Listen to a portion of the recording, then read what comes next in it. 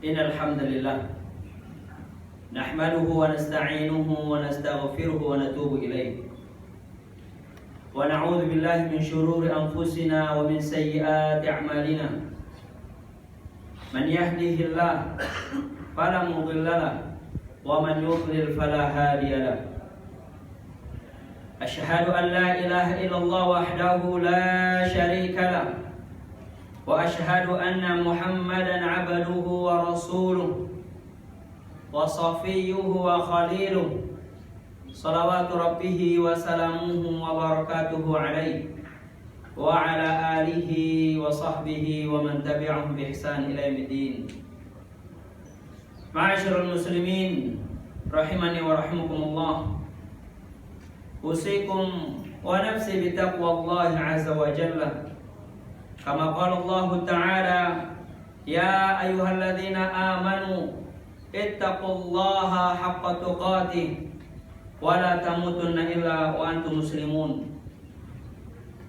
Wa qala ta'ala, ya ayyuhalladzina amanu idza nudiya lis-salati min yaumil jum'ah fas'au ila dzikrillah wa dharul bai', dzalikum khairul lakum in kuntum ta'lamun. Ma'asyiral muslimin rahimani wa rahimakumullah. Ketahuilah, ada satu surat dalam Al-Qur'anul Karim, namanya surat Jum'ah atau surat Jumat. Mungkin sebagian kita sampai mati tidak pernah baca surat ini. Sampai tua dia tidak pernah tahu aturan sholat Jumat. Padahal secara spesial di hari yang spesial Allah Subhanahu wa Ta'ala menyebutkan di dalam surat ini dengan mengatakan, ya ayyuhalladzina amanu idza nudiya lis-salati min yaumil jum'ah fas'au ila dzikrillah wa dharul bai', dzalikum khairul lakum in kuntum ta'lamun. Wahai orang-orang beriman, ini panggilan yang sangat spesial yang Allah panggilkan, yang Allah berikan kepada kita. Ketika Allah Subhanahu wa Ta'ala memanggil orang-orang beriman, sudah sepantasnya kita memasang telinga, mendengarkan dengan baik, fokus dengan panggilan Allah Subhanahu wa Ta'ala.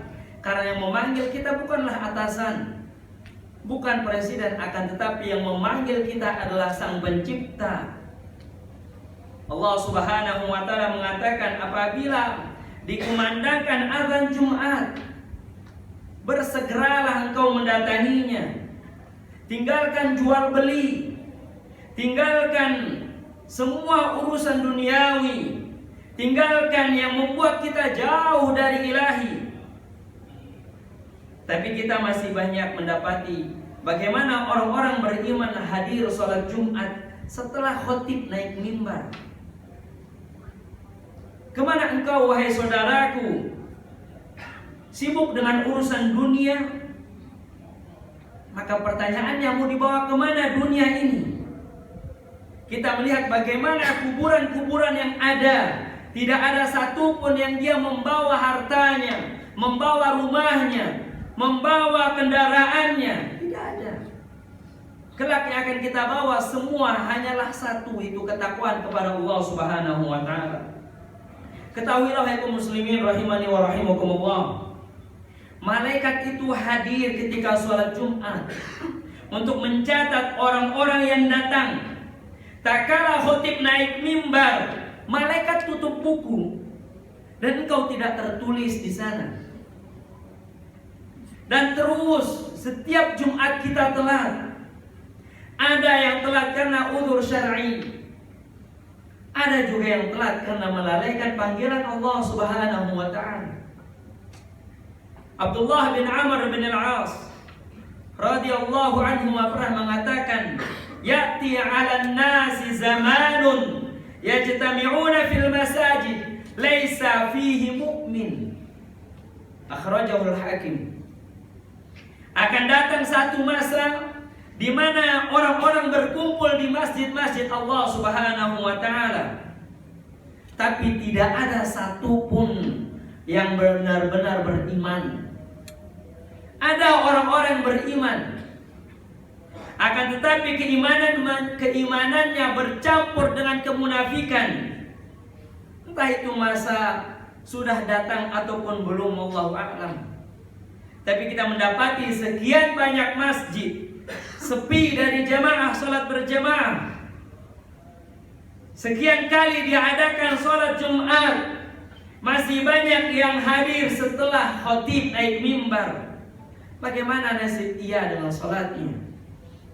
Sedangkan salat bagi orang-orang beriman adalah penyejuk hati. Dengan salat mereka bermunajat, memohon kepada Allah Subhanahu wa taala, mendekatkan dirinya kepada Allah Subhanahu wa taala, memohon segala hajat kebutuhan yang dia hadapi. Bahkan Nabi kita yang mulia sallallahu alaihi wasallam yang sudah dijamin surga, beliau mengatakan wa ju'ilat qurratu 'aini fis shalah. Dan Allah menjadikan penyejuk mataku itu di dalam salat. Abdullah bin Mas'ud radhiyallahu anhu pernah menggambarkan bagaimana semangatnya para orang-orang saleh terdahulu dalam menunaikan salat Jumat, dalam menunaikan salat berjamaah. Beliau mengatakan sesungguhnya seorang laki-laki didatangkan dengan dipapah oleh dua orang dan diberdirikan di saf.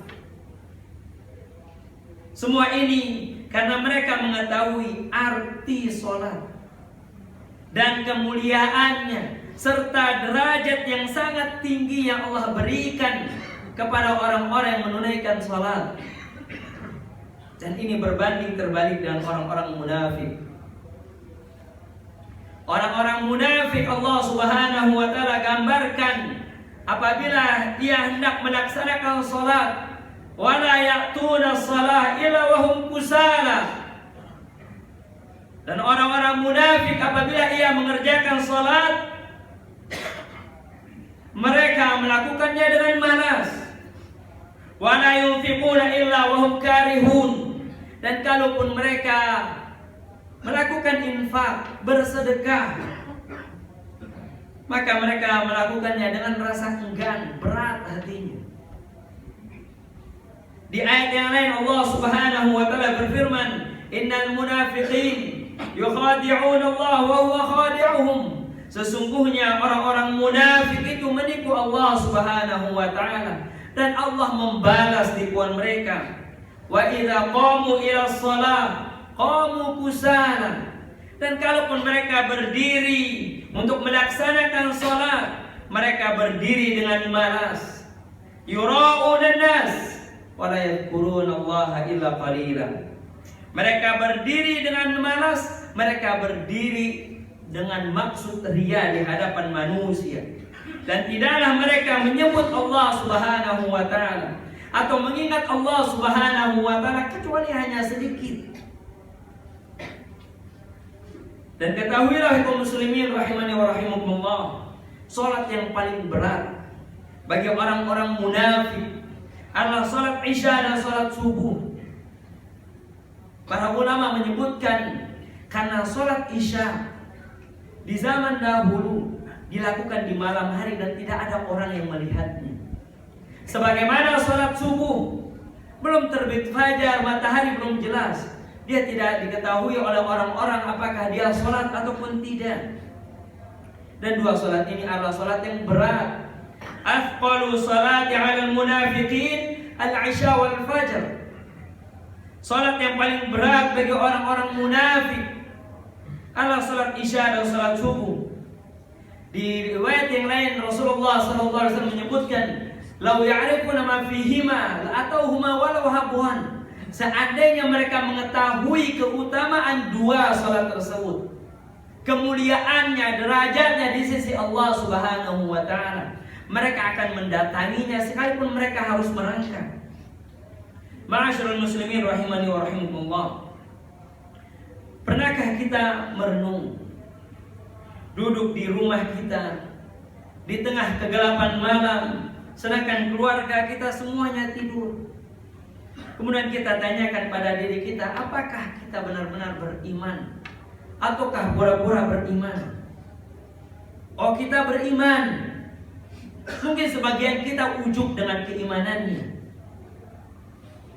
Akan tetapi ketahuilah bahwa Ibnu Abi Mulaikah rahimahullah, seorang tabi'in, beliau pernah mengatakan, adraktu 30 min ashabin Nabi sallallahu alaihi wasallam kulluhum yakhafuna 'ala an-nifaq, kulluhum yakhafuna 'ala nafsihim an-nifaq. Beliau bersaksi bahwa aku pernah bertemu dengan 30 sahabat Nabi sallallahu alaihi wasallam. Semuanya takut dengan penyakit kemunafikan.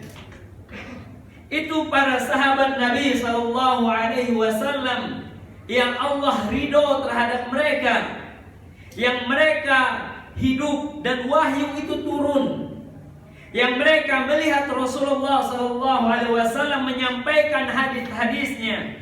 Zaman mereka adalah zaman keemasan, akan tetapi mereka takut dengan kemunafikan. Tidak ada satupun di antara mereka yang mengatakan imanku seperti iman Jibril ataupun Mikail, tidak ada. Maka kaum muslimin rahimani wa rahimakumullah, orang-orang munafik mungkin ada di tengah saf-saf kita. Mungkin dia sholat bersama kita.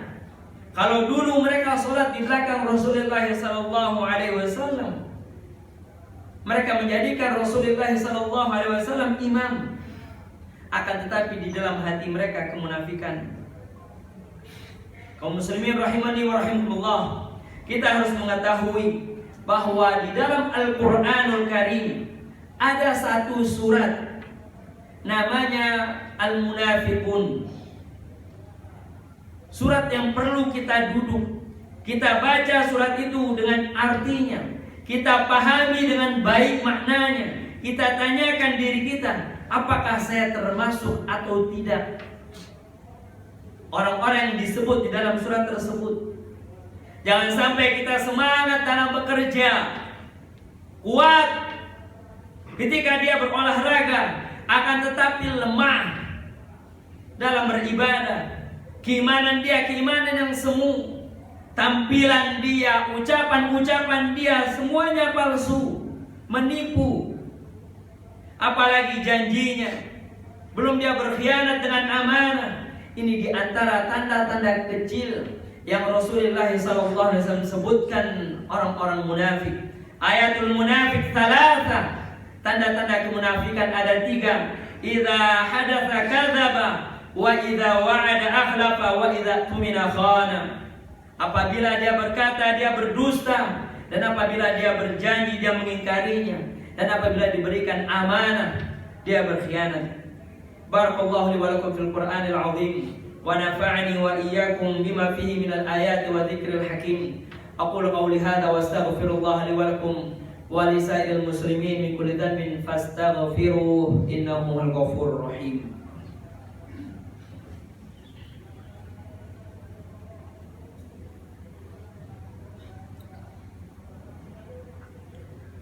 Alhamdulillah hamdan katsiran thayyiban mubarakan fihi kama yuhibbu rabbuna wa yarda.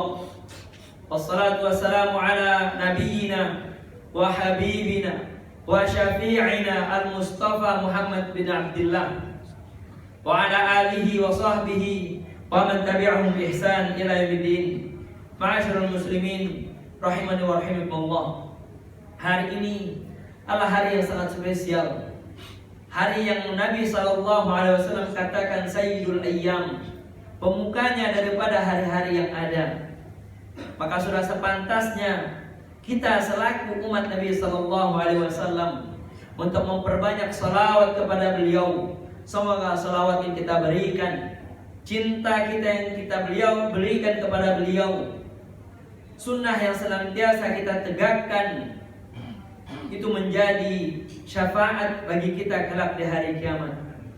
Dan kita diperintahkan untuk banyak-banyak berdoa, terkhusus di akhir hari Jumat atau setelah salat asar.